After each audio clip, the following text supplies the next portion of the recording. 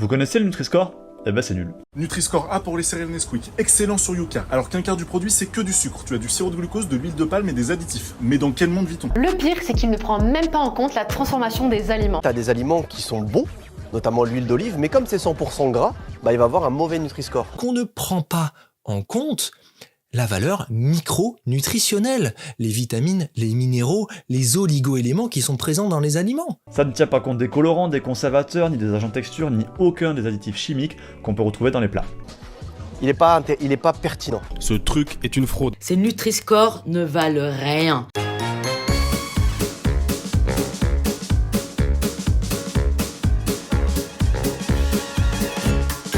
Lorsque l'on écoute les influenceurs, le verdict est assez clair. Le Nutri-Score, c'est nul. Pire encore, il pourrait vous amener à faire des choix qui vont à l'encontre de vos intérêts. Pourtant, ce dernier est largement recommandé par l'OMS, Santé publique France ou encore les associations de défense des consommateurs. Comment est-ce donc possible? Ces institutions se seraient-elles laissées berner par le Nutri-Score? Sont-elles aux mains des industriels et des lobbies de l'agroalimentaire? Ou se pourrait-il que ces influenceurs ne soient pas les mieux renseignés sur le sujet? C'est pas ça qui va vous garantir de ne pas passer sous une bagnole ou d'attraper un cancer qui, je le rappelle, est quand même aléatoire d'après les dernières études du Lancet.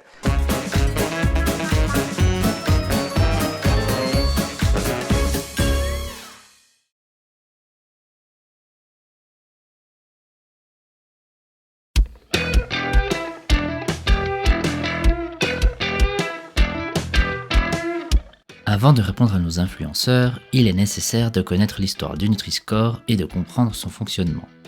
Rappelons tout d'abord qu'il n'est pas le premier système d'information nutritionnelle à avoir été utilisé en Europe.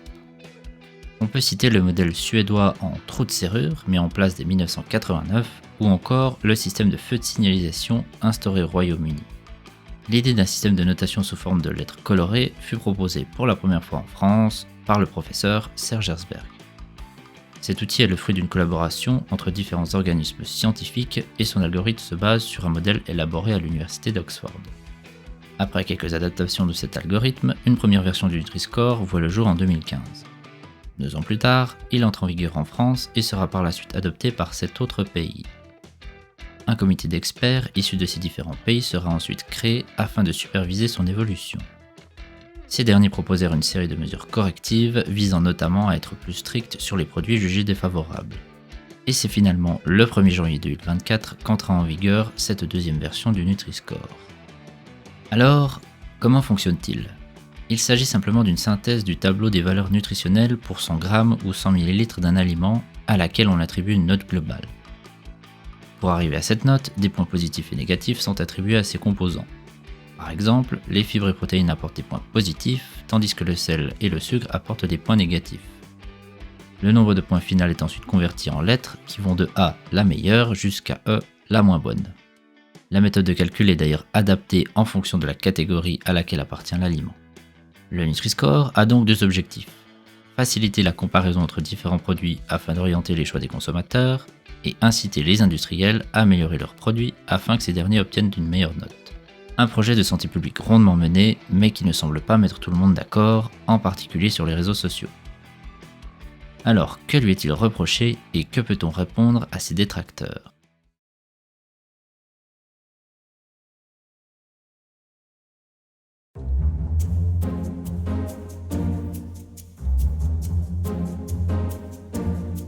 Sur Instagram, TikTok ou encore Facebook, les vidéos anti-Nutri-Score, censées démontrer son inefficacité, sont souvent massivement partagées. Mais quels sont les arguments de ces détracteurs? C'est pas possible de se baser simplement sur les valeurs macronutritionnelles. Eh bien non, s'ils se basent principalement sur ces éléments, d'autres comme la teneur en fruits et légumes, en légumineuses ou la présence de viande rouge ont aussi un impact sur la note attribuée. Qu'on ne prend pas en compte la valeur micronutritionnelle, les vitamines, les minéraux, les oligo-éléments qui sont présents dans les aliments. Ces derniers n'étant pas indiqués au dos des emballages, la teneur en micronutriments n'est effectivement pas intégrée dans le calcul. Toutefois, les vitamines et minéraux le sont de manière indirecte. Lors de la création de l'algorithme, le choix des nutriments à retenir a été rigoureusement examiné. Seuls ceux qui présentaient la plus forte association avec la survenue de maladies, ou à l'inverse ceux qui semblaient protecteurs, ont été retenus. Plusieurs d'entre eux s'avèrent d'ailleurs être de bons reflets des micronutriments, comme la teneur en fruits et légumes pour le reflet de la vitamine C, ou encore les protéines pour le reflet du calcium et du fer. Du coca 0 va se retrouver avec une note de B, donc plutôt une bonne note, alors que des oléagineux nature vont se retrouver avec une note de D. Dans un magasin d'électroménager, vous viendrait-il à l'idée de comparer l'étiquette énergie d'un lave-vaisselle avec celle d'un téléviseur? Non, eh bien c'est pareil pour le Nutri-Score. Il a pour but de comparer deux produits d'une même catégorie ou destinés à un même usage. De plus, grâce à sa dernière mise à jour, les oléagineux sont désormais mieux notés et inversement pour les sodas édulcorés. Ce genre de comparaison est donc insensé et obsolète. L'agacement des producteurs de Roquefort, le classement Nutri-Score de leur fromage les désavantagerait face à des produits industriels, eux très bien notés. Certains produits labellisés se retrouvent effectivement mal notés au Nutri-Score. C'est par exemple le cas du Roquefort. Mais encore une fois, le Nutri-Score n'attribue pas une valeur absolue à un aliment. Il permet uniquement la comparaison de plusieurs produits. Même fabriqués via une technique ancestrale et des produits régionaux, certains aliments restent très gras et très salés. Il ne faut alors pas confondre qualité gustative et qualité nutritionnelle. De la même manière, un produit peut être labellisé bio sans pour autant être intéressant d'un point de vue nutritionnel. Mais cela ne signifie pas qu'il ne faut jamais en manger, juste moins souvent. Le problème du Nutri-Score, c'est qu'il ne va pas prendre en compte les quantités. Pour les matières grasses, on ne consomme jamais 100 grammes de produits et le Nutri-Score va être basé sur 100 grammes de produits. Il y a fort à parier que si le Nutri-Score avait été calculé par portion plutôt que par 100 grammes, c'est la critique inverse qui serait apparue. Comment peut-on définir une portion universelle? La portion d'un aliment consommé sera-t-elle la même pour un enfant que pour un adulte sportif ou que pour une personne âgée sédentaire? Faudrait-il laisser les industriels décider d'une portion standard afin que celle-ci soit à leur avantage? Avoir une note de Nutri-Score par portion consommée serait encore plus précis, mais il est tout bonnement impossible qu'elle corresponde aux habitudes alimentaires de tout le monde. Le pire, c'est qu'il ne prend même pas en compte la transformation des aliments. S'il est vrai que cette dimension n'est pas considérée dans le calcul, une version modifiée du logo est actuellement à l'essai afin de juger de la plus-value de cet indicateur. Toutefois, en raison de leur mauvaise qualité nutritionnelle, la majorité des aliments ultra transformés sont déjà mal classés par le Nutri-Score. D'après une étude publiée début 2024, près de 90% des aliments ultra transformés sont notés C, D ou E. Et contrairement à une idée reçue, ultra transformé ne signifie pas nécessairement malsain. Mais pour plus de détails, je vous renvoie à ma dernière vidéo sur le sujet. Aujourd'hui, le Nutri-Score est totalement optionnel, c'est-à-dire que ce sont ceux qui produisent les aliments, les industriels, qui décident s'ils appliquent ce Nutri-Score sur leurs produits ou non. C'est probablement la critique la plus pertinente. L'utilisation du Nutri-Score est en effet facultative pour les industriels. Ainsi, certaines marques auront tendance à ne pas l'afficher sur leurs produits mal classés. D'autres qui l'avaient pourtant adopté ont même décidé de le retirer de leurs produits suite à sa dernière mise à jour. Néanmoins, ceci n'est pas un problème lié au Nutri-Score, mais bien à nos politiques de santé publique. De plus, il existe plusieurs applications qui permettent de scanner les produits et d'obtenir leurs notes, quand bien même elles ne seraient pas affichées. S'il fallait résumer ces critiques, on pourrait dire que, selon ses détracteurs, le Nutri-Score est imparfait car il n'intègre pas l'ensemble des caractéristiques d'un aliment. En effet, un outil qui intégrerait à la fois les valeurs nutritionnelles, le degré de transformation, la présence d'additifs, de pesticides, de métaux lourds et autres substances indésirables ou encore les modes de production serait le Graal pour tout chercheur dans le domaine de la santé publique. Malheureusement, compte tenu de la complexité que cela représente, un tel outil ne verra probablement jamais le jour. Mais cela est-il vraiment problématique ? Est-ce qu'un outil, même imparfait, peut s'avérer utile et produire un effet positif? Au final, comment peut-on s'assurer de l'efficacité du Nutri-Score?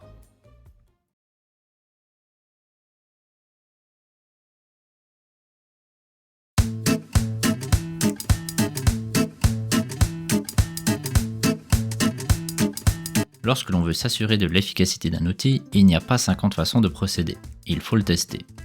Le Nutri-Score n'échappe pas à cette règle et il se trouve que des tests, il en a déjà passé pas mal.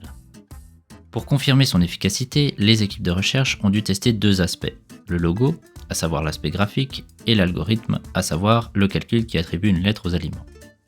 Pour le premier, plusieurs points ont été explorés. Est-il compris par les consommateurs? Attire-t-il leur attention? est-il plus efficace qu'un autre logo? Incite-t-il les gens à modifier leurs achats au supermarché? Et à chaque fois, la réponse est oui. Testé auprès de dizaines de milliers de participants à travers 18 pays dans le monde, le Nutri-Score a prouvé qu'il était facilement identifiable par les consommateurs, compréhensible et que ces derniers le préféraient à d'autres logos.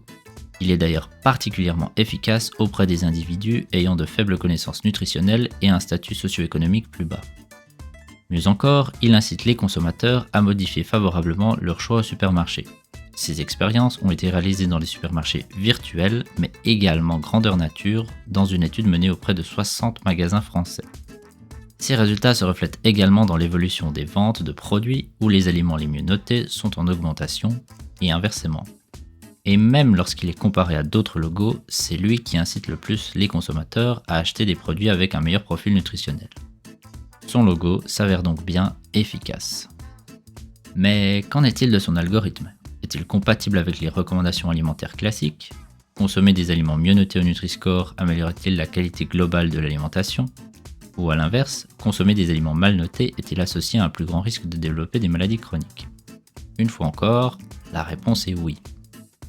Afin de vérifier si le classement des aliments par le Nutri-Score était conforme aux recommandations alimentaires, la notation obtenue par plusieurs milliers de produits disponibles dans 13 pays européens a été analysée. Globalement, les notations étaient conformes aux recommandations en attribuant par exemple des notes de A à B aux produits à base de fruits et légumes, tout en attribuant des notes de D et E aux produits sucrés. De plus, les produits céréaliers comme les pâtes ou le pain recevaient de meilleures notes que les céréales de petit déjeuner. Lorsque l'on vérifie si les notes attribuées aux produits reflètent la qualité globale de l'alimentation, les résultats sont eux aussi positifs.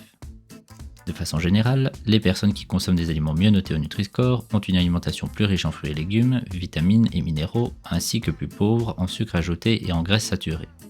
De plus, ces personnes présentent un IMC plus bas, un taux de sucre sanguin moins élevé et un profil antioxydant plus favorable. Mais l'analyse ne s'arrête pas là. L'association entre la consommation d'aliments mal notés par le Nutri-Score et la survenue de maladies chroniques a été évaluée dans plusieurs études prospectives. Ces dernières ont été menées dans une dizaine de pays européens avec une durée de suivi allant de 6 à 15 ans et auprès de centaines de milliers de participants. Globalement, les personnes qui consommaient plus d'aliments mal notés présentaient un plus grand risque de cancer, de maladies cardiovasculaires ou encore de mortalité. A l'inverse, ces risques étaient réduits pour les personnes qui consommaient plus de produits les mieux notés. Il serait évidemment bien trop long de revenir sur chacune des quelques 150 études menées sur le Nutri-Score.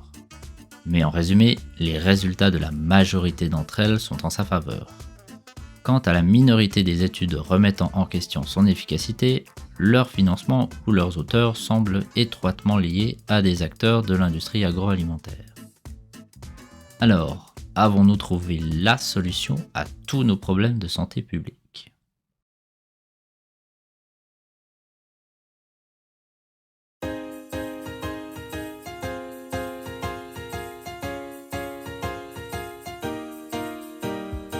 Malgré les arguments implacables de nos amis les influenceurs, on peut dire que la réalité est bien plus complexe. Comme expliqué précédemment, bien que le Nutri-Score n'intègre pas toutes les caractéristiques des aliments dans son algorithme, il n'en reste pas moins un outil efficace. Son algorithme n'est pas figé, il a déjà évolué et il continuera de le faire dès lors que de nouvelles données scientifiques le permettront. Mais pour qu'il soit encore plus efficace, il faudra qu'il soit affiché sur tous les produits, autrement dit, que son apposition devienne obligatoire. Cette étape sera nécessaire afin d'évaluer un point essentiel, son impact sur l'évolution globale de la santé des consommateurs. D'ici là, il semble important de souligner quelques éléments importants. Tout d'abord, vous pouvez encore tomber sur des produits utilisant l'ancienne version du Nutri-Score car les industriels disposent de 2 ans pour écoller les anciens emballages. Deuxièmement, il existe malheureusement une catégorie de produits qui échappent au Nutri-Score, les boissons qui contiennent de l'alcool. Finalement, rappelons que même s'il peut déjà apporter beaucoup, le Nutri-Score ne pourra pas à lui seul résoudre tous les problèmes de santé publique liés à l'alimentation. Et ce n'est d'ailleurs pas sa prétention. Aujourd'hui, des dizaines d'organismes scientifiques, de santé publique ou encore d'associations de défense des consommateurs font confiance au Nutri-Score. Alors, pourquoi pas vous ? J'espère que cette vidéo vous aura plu et qu'elle vous aura appris quelque chose. Si vous pensez avoir repéré une erreur ou si vous avez encore envie de débattre à propos du Nutri-Score, je vous invite à rejoindre la section commentaires de cette vidéo. Si vous souhaitez aller plus loin dans le sujet de la désinformation liée au Nutri-Score, je vous renvoie à cette présentation encore plus complète que cette vidéo.